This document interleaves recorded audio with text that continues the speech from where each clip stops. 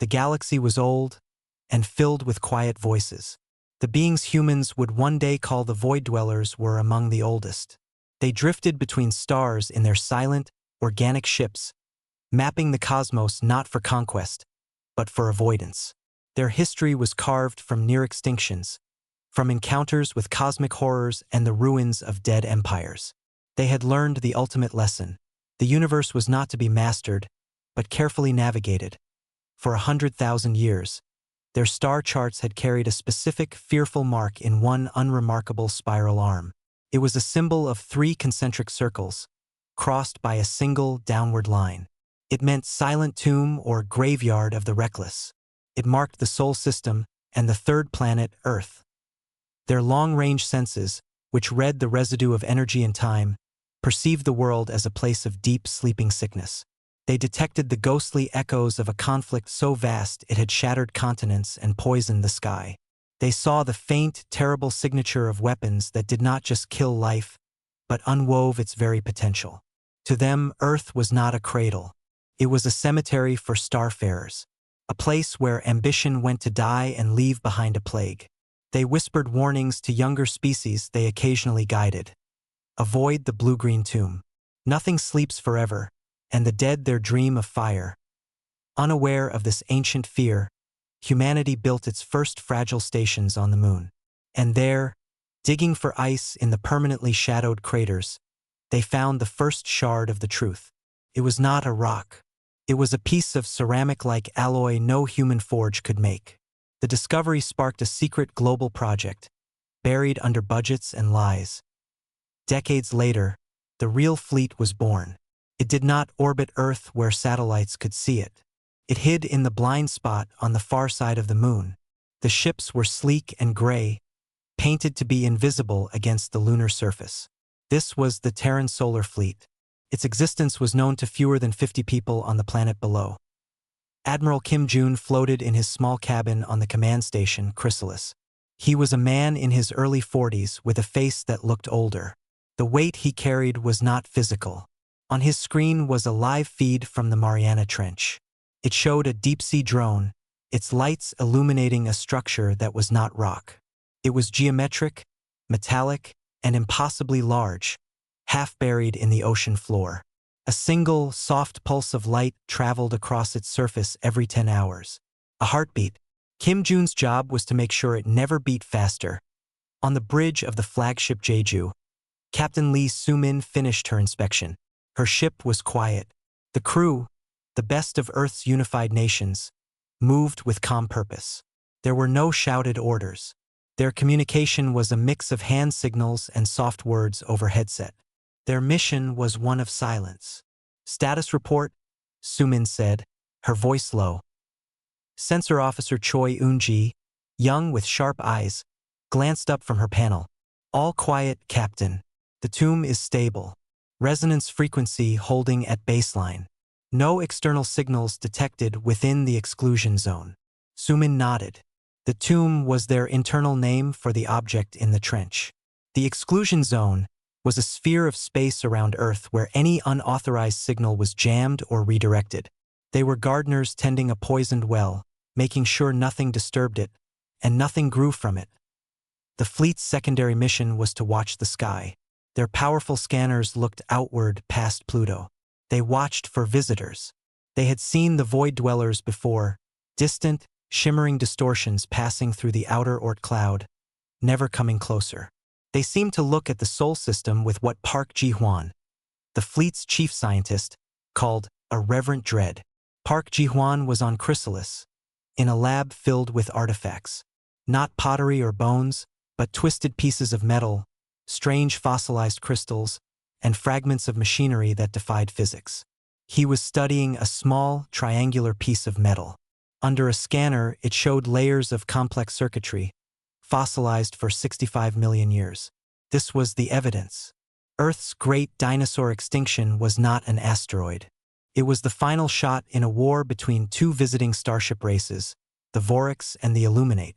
They had fought over a resource or an idea, and in their mutual destruction, had unleashed a weapon that scoured the planet clean of all complex life. The device in the trench was the last of those weapons, Dormant but not dead. Ji-Hwan rubbed his eyes. The secret was a heavy stone in his stomach. The galaxy thought Earth was primitive, harmless. That was their shield. If anyone, especially a species as cautious as the Void Dwellers, learned what slept under the Pacific, Earth would not be seen as a tomb to avoid.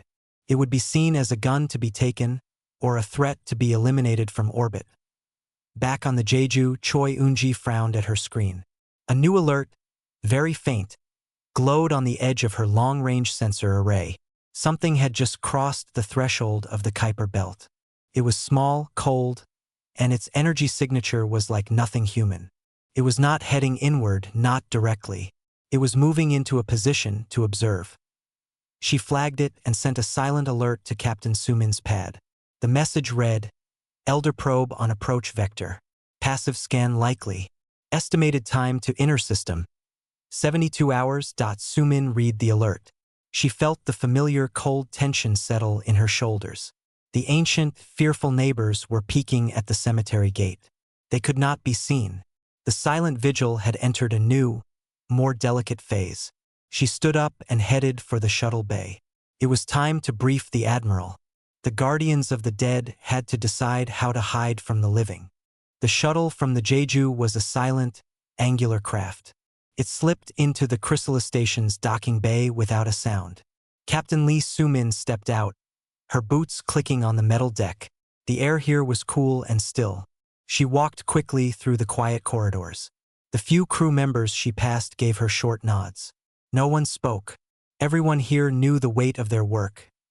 She arrived at the secure briefing room. Admiral Kim Jun was already there, standing before a large, blank screen. Dr. Park Ji-Hwan was sitting at the table, a data slate in his hands. He looked up as she entered. His eyes were tired, but alert. Captain, Kim Jun said. His voice was a low rumble. Sit. We have little time. Somin said. Ji-Hwan tapped his slate. The lights in the room dimmed. The large screen on the wall came to life. It did not show star charts or fleet movements. It showed a hologram of two skeletons. They were not human. They were not dinosaur. One was tall and thin, with long, multi-jointed arms and a skull that was mostly a large single eye socket. The other was shorter, bulkier, with thick bones and a jaw filled with sharp, bony plates. They were fossilized in a layer of ancient rock, locked together as if in final combat. This, Park Ji-Hwan began, his voice quiet but clear, was found in the Hell Creek Formation. It is 65 million years old. We have found similar sites on every continent. This was a global war. The image changed. Now it showed fragments of technology. A curved piece of metal that shone with internal light. A crystal that seemed to contain swirling smoke. A weapon barrel, twisted and melted. The Vorix and the Illuminate, Ji-Hwan continued. That is what we call them. We do not know why they came here. We do not know why they fought. We only know they died here. Their war did not just kill them. Killed nearly everything else. The impact crater in the Gulf of Mexico was just collateral damage. A piece of a dying ship. Kim Jun finally spoke. The device in the trench is not theirs. It is a product of their war. Our best translation of the data fragments we have is that it is called a silentium device. A god killer. The screen zoomed in to the live feed from the Mariana Trench. The structure was monstrous.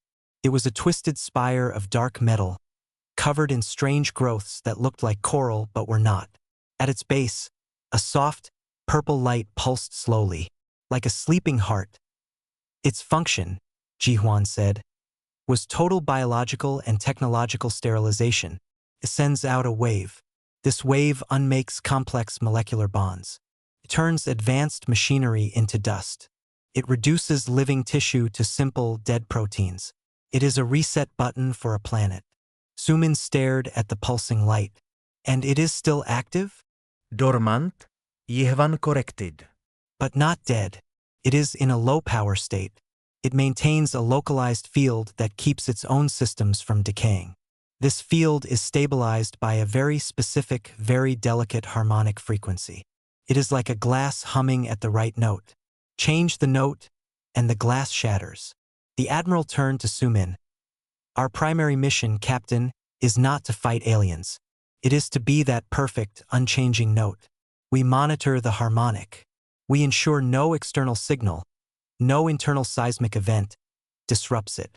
Our entire fleet, our jamming fields, our secrecy exists to create a bubble of perfect, boring stability around that thing. The image changed again. Now it showed the solar system. A small, red dot was blinking slowly in the Kuiper belt. It was moving on a slow, careful arc, the Void Dweller probe, Kim Jun said. It is now inside the orbit of Neptune. It is not approaching quickly. It is mapping. It is studying. According to Dr. Park's analysis of their past behavior, they will perform a deep planetary scan. They will use resonance beams to read the geological history of Earth from a distance. Park Ji-hwan nodded, his face grim. Their scan, it is a form of polite, distant archaeology. But the frequency they use to scan deep rock strata, it is alarmingly close to the harmonic that stabilizes the Godkiller. Not the same, but close enough. If their beam, even a weak one, strikes the trench site at the wrong moment during a certain phase of the device's pulse, it could act like a tuning fork, could cause a feedback loop, could wake the device up. The room was silent. Sumin understood the problem now. It was not about being seen. It was about being pinged by a sonar that could trigger a bomb. Options? She asked. 1, Kim Jun said, holding up a finger. We reveal ourselves. We move the fleet between the probe and Earth. We emit a strong go-away signal. This would likely scare the probe off. The Void Dwellers are cautious. They would flee, but they would also know we are here. They would know we are hiding something powerful on Earth. Their curiosity or their fear could bring a larger force later. The secret is broken. 2, he said, raising a second finger. We do nothing. We hope their scan frequency is different enough. We hope it misses the critical phase. We trust in chance. If we are wrong, the device activates. Erstis. All life becomes soup. He looked at Sumin. There is a third option, a subtle one, carries risk. It requires perfect timing and a deep understanding of the enemy's mindset. Sumin met his gaze. We make the scan fail. We make it look like an accident. A faint, tired smile touched Kim Jun's lips. Yes, we do not attack the probe. We nudge it. We use a physical, non-energy method to disrupt its alignment at the critical moment. A small piece of space debris, guided by a stealth ship, to collide with it just enough. The Void Dwellers see the universe as a dangerous place. They will believe it was a random microasteroid impact, a natural hazard. It will confirm their belief that this system is unstable and cursed. They will leave and never return. He leaned forward. But it must be perfect, Captain. A single energy weapon discharge, a single signature of an engine plume, and they will know it was not an accident. They will know the tomb has guards. And then, they will want to know what we are guarding. Sumin looked back at the screen, at the red dot moving toward her world. Then we must be ghosts, she said. And we must give them a believable accident.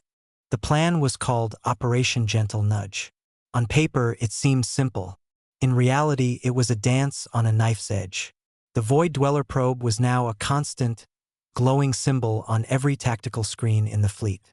It moved with a slow, patient purpose, like a doctor approaching a sleeping patient with a sharp needle. Captain Lee Sumin stood in the small, cramped hangar of the Jeju. Before her was the Busan, a stealth corvette. It was not a warship. It was a shadow. Its surfaces were matte black, designed to absorb radar and light. Its engine could run in a near-silent drift mode, emitting very little heat. It was the closest thing they had to a ghost.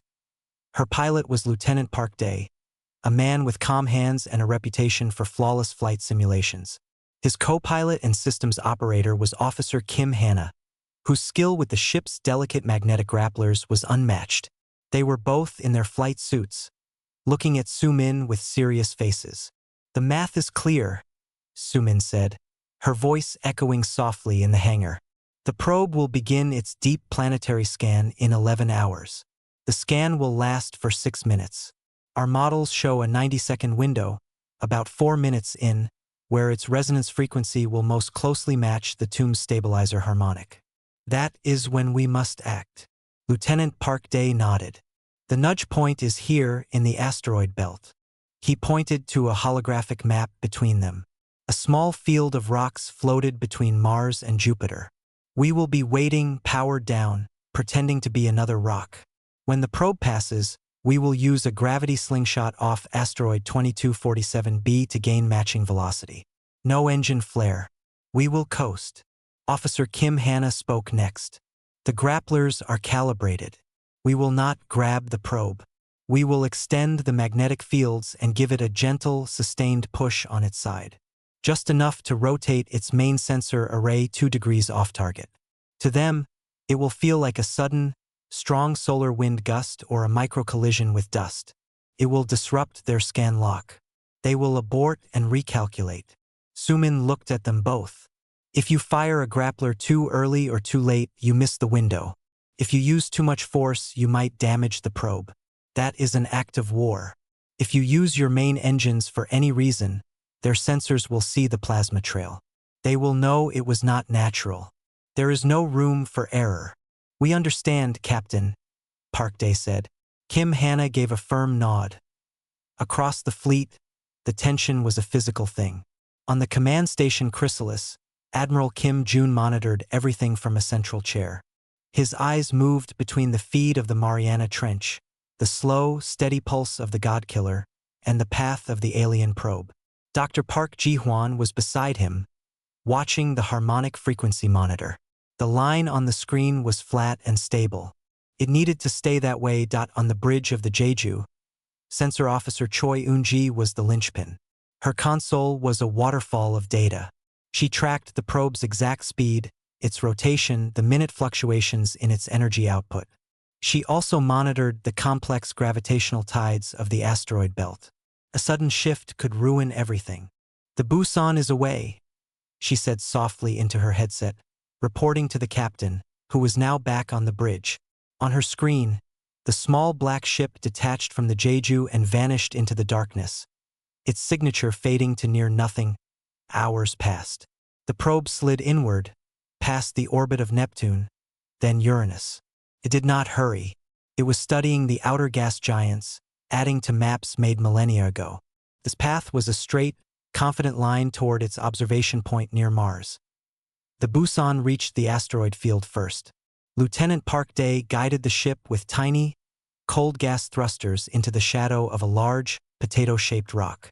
All systems, except for passive sensors and life support, went silent. They became a piece of the scenery.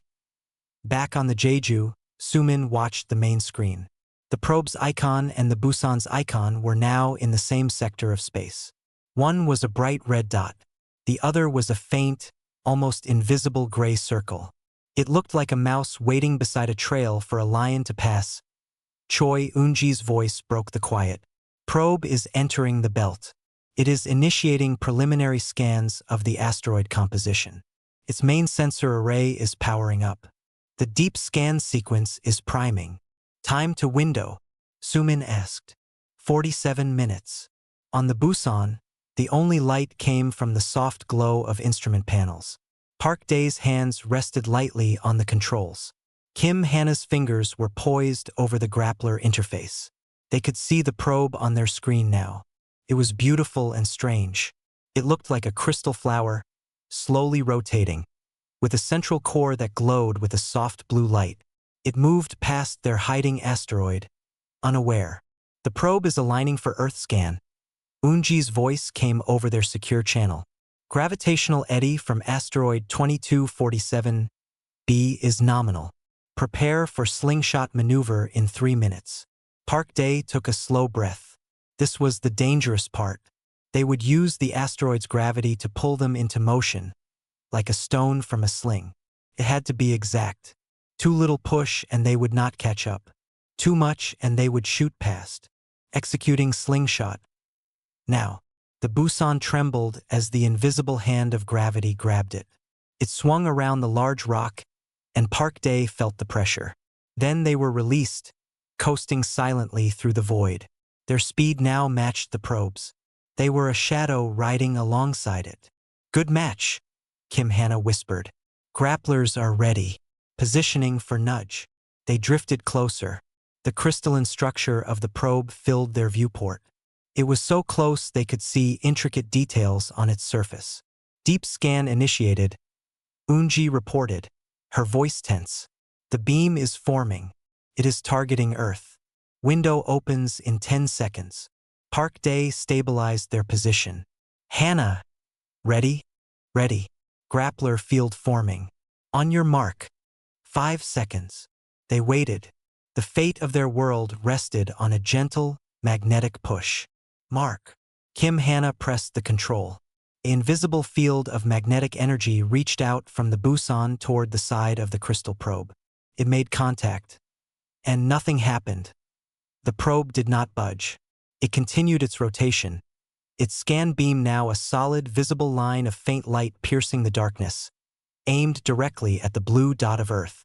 "The mass is wrong," Hannah said, a note of panic in her voice. "Its density is far higher than predicted. The grappler push is insufficient." On the Jeju, alarms chimed softly. Choi Unji's eyes went wide. "The scan beam has achieved lock. It is illuminating the Pacific region.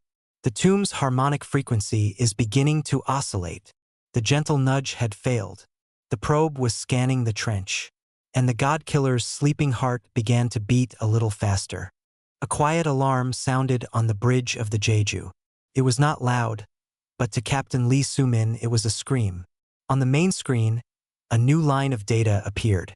It was the harmonic frequency monitor from the Mariana Trench. The line was no longer flat. It was a slow, creeping wave, moving upward. "The tomb is reacting," Choi Unji said, her voice tight. "Resonance feedback from the probe's scan. The harmonic is destabilizing. It is at 105% of baseline 108. On the screen showing the Busan and the probe, nothing had changed visually. The two objects drifted. The probe's beam of light was still connected to Earth. It was a silent disaster happening in real time. Inside the Busan, Lieutenant Park Day acted before he even thought. The plan was broken. The gentle nudge was not enough. They needed more force. Much more. "Switching to physical tow," he barked. "Full power to the grapplers. We need to spin it." Officer Kim Hannah's hands flew across her panel. "Engaging. But the power draw, it will create an energy signature. We have no choice. Do it." On the Jeju, Soo-min saw the new data. The Busan was no longer hiding. Its grapplers were glowing with a surge of power, a soft blue aura visible in the darkness as they clamped onto the crystalline probe with invisible magnetic force. "The Busan is going to full power," Unji reported. "They are attempting a hard tow. The probe is resisting. Its mass is immense." "Admiral," Soo-min said into her headset, her voice calm but urgent. "The nudge failed. Busan is executing a physical displacement. They are exposed."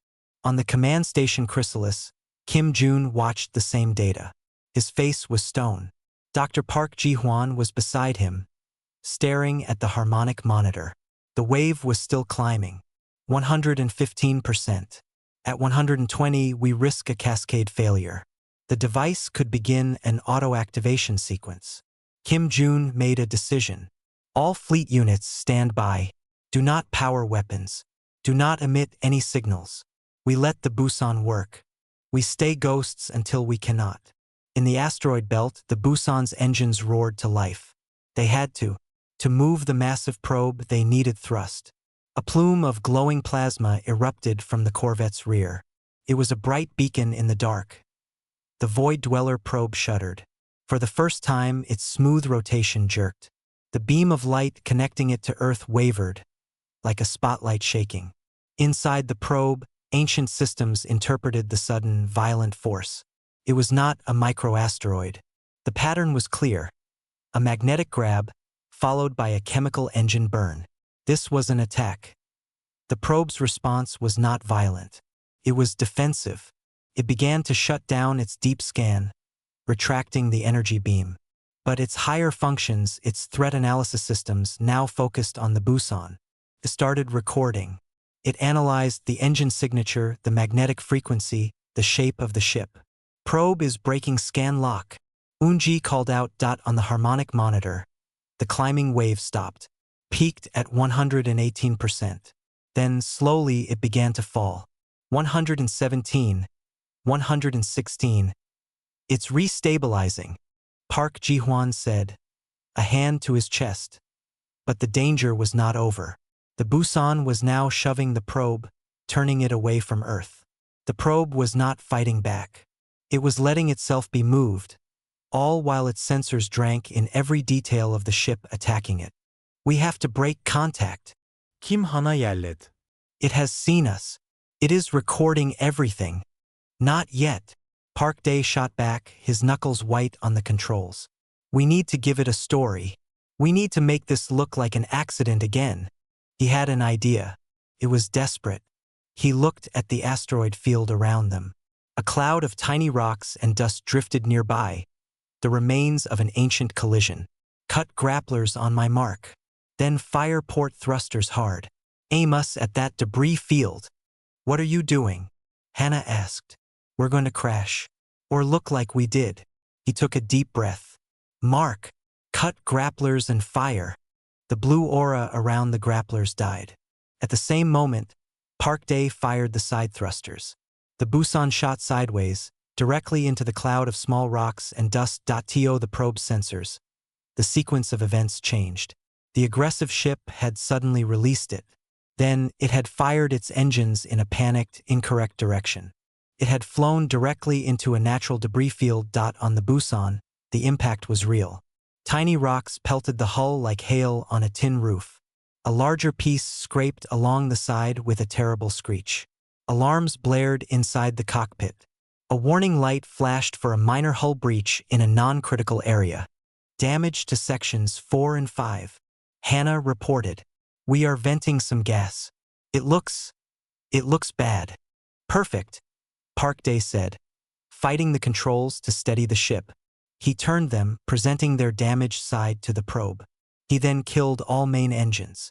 The Busan now tumbled slowly, a piece of wreckage among other wreckage. The Void Dweller probe observed. Its systems compiled the data. Event. An attempted intercept by a primitive local vessel. Cause. Likely automated defense system of a low-technology species. Outcome. The vessel miscalculated, collided with natural debris, and was disabled. Threat level minimal. System hazard assessment. Confirmed. The region was unstable and inhabited by reckless, immature life. The silent tomb was best left alone. The probe finished its analysis. It gently corrected its own tumble, its systems already plotting a course out of the solar system. It had the data it came for. The tomb was still silent, and now it was known to be guarded by foolish, fragile creatures who could not even avoid rocks. There was no deeper secret here worth uncovering. Only danger and death. Its engines, silent and unseen, engaged. It moved away, picking up speed, leaving the asteroid belt behind. Its path was clear, back to the dark, to report that the ancient quarantine should remain forever. On the Jeju, Choi Eun-ji let out a long, shaky breath. The probe is departing. It is on an exit vector. No further scan attempts. The tomb's harmonic is stabilizing at 98% of baseline, returning to normal. Captain Lee Soo-min closed her eyes for a second. When she opened them, she looked at the view screen. The Busan tumbled silently. The probe was a shrinking dot of light. Get a rescue tug to the Busan immediately, she said. And tell Admiral Kim Jun. The ghosts are still hidden, but we left a scratch on the mask. The rescue tug, a small and functional ship, attached itself to the wounded Busan with gentle magnetic clamps. It began the slow journey back to the Jeju, towing the corvette like a larger animal helping its injured young. Inside the Busan, the air was cold from the vented gas. Lieutenant Park Dae and Officer Kim Hannah sat in their seats, exhausted. The adrenaline was gone, leaving behind shaky hands and the memory of screeching metal. On the bridge of the Jeju, the mood was one of quiet relief, mixed with a new kind of tension. The immediate threat was over. The Void Dweller probe was gone, its signature fading into the outer darkness. The line on the harmonic monitor from the Mariana Trench was flat and steady once more. The Godkillers slept. But they had been seen. Not as a powerful fleet. Not as advanced guardians. The probe had seen a single, clumsy ship. It had seen panic, a miscalculation, and a crash. To the ancient, cautious aliens, humanity had looked like children playing with fire in a room full of dynamite. Reckless, primitive, not a threat to be studied, but a hazard to be avoided. Captain Lee Sumin knew this was the best possible outcome. Yet it sat poorly with her. Their sacrifice, their careful vigil, was now recorded in some alien archive as an example of foolishness. She pushed the thought away. Pride was a luxury they could not afford. Admiral Kim Jun's face appeared on her main screen. He looked tired, but his eyes were clear. "Captain, report on your crew." "The Busan crew is safe, Admiral. Minor injuries only. Their ship is reparable. The probe has left the system." Kim Yoon nodded slowly. The data from the probe's departure trajectory confirms it. They are not curious. They are reaffirmed in their fear. Dr. Park believes their assessment will label Seoul as a Type 7 hazard zone. Unstable geology and volatile native sentience. They will add stronger warnings to their star charts. They will tell others to steer clear. He paused, looking at something off-screen. "We succeeded. The secret remains. Earth remains safe in its perceived insignificance. But our margin for error is gone. They will not send another probe for millennia, if ever. But we must never again be in a position where we must perform such a dramatic performance." Sumin understood. They had used the aliens' own assumptions against them. They had hidden their strength by displaying weakness. It was a clever, bitter victory. "What are your orders, Admiral?" "Continue the watch. Repair the Busan. And thank your crew, Captain. They saved the world today by looking like fools. That is a hard thing to do." The call ended. Sumin turned to her bridge crew. They were all looking at her, waiting. She saw the same mixed feelings on their faces. Relief, fatigue, a hint of wounded pride. "You all heard," she said, her voice carrying in the quiet room. "The mission is accomplished. The object is secure. The observers are gone. Well done." It was not a rousing speech. It did not need to be. They knew what they had done. Sensor Officer Choi Eun-ji gave a small, tired smile and returned to her console, her shoulders relaxing for the first time in hours. Later, in the Jeju's main observation deck, Sumin found Choi Eun-ji staring out the large window. The view was of the stars, brilliant and cold. Below the curve of the ship, the beautiful blue and white marble of Earth turned slowly, peacefully unaware. "It looks so calm from here," Eun-ji said softly, not turning around. "It is," Sumin replied, standing beside her. "Because we make sure it stays that way. Because of what we hide." "Do you ever think about telling them?" Eun-ji asked. "The people down there. About the tomb. About us." "Every day," Sumin said. "And every day I know we cannot. Knowledge like that, it changes people. Creates fear or greed or stupid bravery. Someone would try to study it. To use it. To see if they could turn it off. And they would wake it up. Our duty is not just to guard a secret. It is to carry the burden so they don't have to." Eun-ji was silent for a moment. "The probe's data, it will tell the galaxy we are primitive. That we are a danger to ourselves." "Good," Sumin said, her voice firm. "Let them think that. Let them call our home a silent tomb, and us its reckless caretakers. As long as they stay away. Our strength is not in what they see. It is in what we keep hidden." Meanwhile, on the command station Chrysalis, Dr. Park Ji-hwan was back in his lab. The artifacts were all in their cases. The fossilized skeletons of the Vorix and the Illuminate were just images on a screen now. He opened a new log entry. Event: first-degree external scan attempt. Neutralized via controlled perceptual deception. Outcome: quarantine status of Sol system reinforced. Conclusion: the strategy of enforced insignificance remains viable. The Guardian fleet's primary purpose is reaffirmed. We are not warriors. We are curators of a museum no one must ever visit. He saved the log to an encrypted server, one that would never connect to Earth's networks. The truth was a chain, and he was another link in it. Across the hidden fleet, the alert status was lowered. Watches changed. Crews ate their meals. The Busan was hauled into a repair bay. The scar on its hull was a badge of honor, a mark of a battle that would never be in any history book. Admiral Kim Jun sat alone in his office. He looked at a personal photo on his desk. It was of his family, taken in a park on a sunny day in Seoul. His daughter was smiling, holding a colorful balloon. They lived under a sky they believed was empty. They slept safely because he and thousands of others stood in the dark, ensuring the universe kept thinking their world was a grave. He turned off the light and left the office.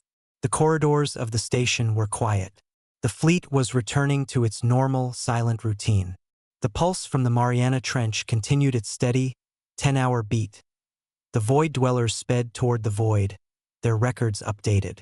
Earth was marked, once and for all, as a place of silent death and foolish children. They would avoid it for another million years.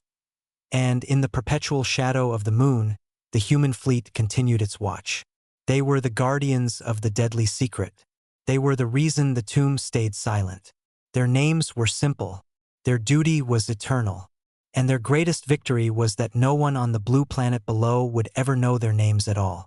6 months passed in a slow, silent orbit. The scar on the Busan's hull was gone, polished away by repair drones. The crews of the Terran solar fleet settled back into their normal watch routines. The incident with the Void Dweller probe was filed away as a successful, if nerve-wracking, operation. On Earth, spring turned to summer in the northern hemisphere. No one looked up and felt afraid. On the bridge of the Jeju, the shifts changed like clockwork. Captain Lee Soo-min found a strange rhythm in the aftermath.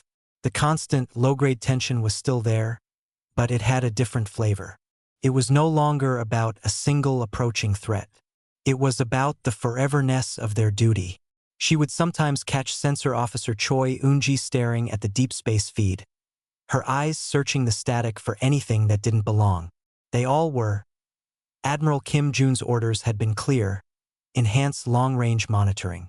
The probe's visit had confirmed the Void Dwellers were still out there, still watching in their distant, cautious way. The fleet's listening posts at the edge of the solar system were now tuned to a new, more sensitive standard. They listened for the faintest echo of a crystalline engine, or the whisper of a resonance scan from the dark point. One quiet watch, Choi Eun-ji saw it was not a probe. It was not even a signal aimed at Earth. It was a ripple in the fabric of deep space, detected by the new gravimetric sensors near Neptune. A signature of a massive quantum drive engaging light years away. The data scrolled across her screen, a complex string of numbers and waveforms. It was a door slamming shut in the dark. "Captain," Eun-ji said, her voice calm but carrying across the quiet bridge, "I have an anomalous gravimetric event. Bearing, far side of the Orion Spur extreme range." Soo-min was at her side in moments. "Define anomalous." "It matches fragmented profiles from Dr. Park's archive," Eun-ji said, pulling up a comparison screen. On one side was the new data, a sharp, violent spike. On the other were faded, partial records recovered from Earth's ancient battlefield artifacts, the energy signature of a Vorax warship making a jump to lightspeed. The patterns were not identical, but they were cousins. They shared the same brutal, jagged family resemblance. A coldness that had nothing to do with space settled in Soo-min's stomach. "Is it heading this way?" Eun-ji worked her console, her fingers flying. "Negative. Trajectory is away from Seoul. It is heading out toward the galactic rim. The energy magnitude is enormous." This was a capital ship, Captain, not a scout. They were not the only relics left in the universe. The thought hung in the air, unspoken but heard by everyone on the bridge. The war that had scarred Earth had not killed every Vorax or every Illuminate. A remnant had survived. They had fled or they had been called away. For 65 million years, they had been somewhere else. And now, one of them had just moved. Soo-min contacted Admiral Kim Jun immediately. Within the hour, Dr. Park Ji-hwan was on a fast shuttle to the Jeju, his data slates filled with panic.in the briefing room. The mood was grim. Park Ji-hwan's usual calm was gone. He looked at the data with wide eyes. "This confirms a theory I was afraid to voice," he said, his voice shaky. "The war here was not the end. It was a battle, a skirmish. The main forces, the home fleets, they must have continued fighting elsewhere. Or they went into hiding." He pulled up a star map. "This event, it is not exploration. It is a mobilization. A ship of that size and power does not activate after millennia of silence for a casual trip. Something has stirred them." Kim Jun's face on the view screen was like carved granite. "Could they be returning here?" "I do not know," Park Ji-hwan admitted. "They may have forgotten this place entirely. It is a tomb to them, too. Or," he hesitated, "they might remember what they left behind. The God-Killer was a weapon of last resort. If they are moving again, if they are re-engaging an old enemy, they might seek every advantage. They might come back for their abandoned gun." The implications settled over the room. Their entire mission had been based on a simple idea: guard the secret so no one finds it. But what if the original owners came back to claim their property? "The Void Dwellers avoided us because they saw a dead weapon," Sumin said slowly. "But its creators, they would know it is not quite dead. They would know how to wake it up. Or worse, how to take it away.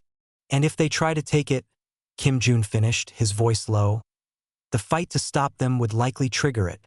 We are not just guarding a bomb. We are guarding a bomb that the makers might come back for." It was a new, terrifying layer to their vigil. They had been watching the door, making sure no curious strangers walked in. Now they had to consider that the original occupants still had a key. The orders were unchanged, yet everything had changed. The watch continued. But now, the deep space sensors were not just listening for the cautious whispers of the Void Dwellers. They were listening for the roar of a different, more familiar monster. They searched the static for the specific, brutal signature of a Vorix drive, or the elegant, piercing frequency of an Illuminate beacon on the observation deck that night. Sumin and Eunji looked at the stars again. The universe no longer felt merely empty and quiet. It felt like a vast, dark forest where they sat by a single, hidden campfire, listening for the footsteps of the beasts who had once built it. "We stopped the librarians from finding the old weapon," Eunji said, her breath fogging the cool glass. "But what if the soldiers come home? Then we fail," Sumin said simply. There was no bravado in her voice, just fact. A single human fleet, built in secrecy, could not stand against the architects of planet killers. Their only hope was that the ancient war was truly over, and the owners were gone for good. But the spike on the gravimetric sensor said otherwise. Something was moving out there. The past was not dead. It was sleeping lightly, and the guardians of Earth, with their simple names and their silent ships, found themselves watching over a deadly secret that now had two potential keys: the curiosity of strangers and the memory of its makers. The pulse from the Mariana Trench beat on, steady and uncaring. The Terran solar fleet adjusted its stance, looking not just outward, but backward into a forgotten history that was, perhaps, not as forgotten as they had hoped. The silence they protected felt more fragile than ever. A year bled into two, measured by the steady pulse from the trench and the silent rotations of the fleet. The gravimetric spike from the edge of Orion Spur was not repeated. It remained a single, terrifying data point in the archives, a ghost from a past no one could truly understand. For the crews of the Terran solar fleet, it became a background hum of dread, a question no one could answer. Admiral Kim Jun aged in those years. The lines on his face deepened, carved by the weight of a secret that had grown new, sharp edges. He spent more time in Dr. Park Ji-hwan's lab on the Chrysalis, not as an admiral, but as a student. He needed to understand the minds of the beings they now feared. He pored over the fragmented symbols recovered from fossils, the patterns etched on weapon fragments. He was looking for a motive, a clue, a hint of what would make a species return to a graveyard after 65 million years. They were not monsters, Park Ji-hwan explained one day, pointing to a hologram of a Vorix skeletal hand. Its fingers were long, tipped with what seemed to be fine tools, not claws. They were builders. And the Illuminate, they were artists. Their war was a clash of philosophies so total, it could only end with the destruction of the other. The weapon in the trench, it was not built for war. It was built for silence, to end the argument forever. And if the argument started again somewhere else? Kim Jun asked, his voice quiet. Then they might seek the ultimate silence again, Ji Huan replied, his expression grim. On the Jeju, life took on a strange, dual reality. There were drills and maintenance and the ordinary boredom of watch duty. But underneath it all, every crew member watched the long-range feeds with a new kind of attention. They weren't just looking for visitors. They were looking for owners. Captain Lee Soo-min saw the strain on her crew, especially on Choi Eun-ji. The young sensor officer had been brilliant during the probe incident. Now, her brilliance was turned inward into anxiety. She jumped at minor sensor ghosts. She worked double shifts, refusing to leave her console. Convinced she would miss the crucial sign, Soo-min called her to the observation deck. Earth hung below them, a perfect blue marble. You can't see them coming, Eun-ji, Soo-min said, not unkindly.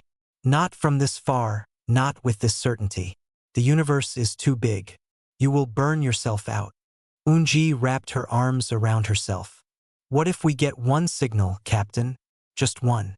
And it's already too late. What if they're already on their way, and we're just sitting here waiting? Then we follow our orders, Soo-min said. We assess, we plan, and we do our duty. That is all we can ever do.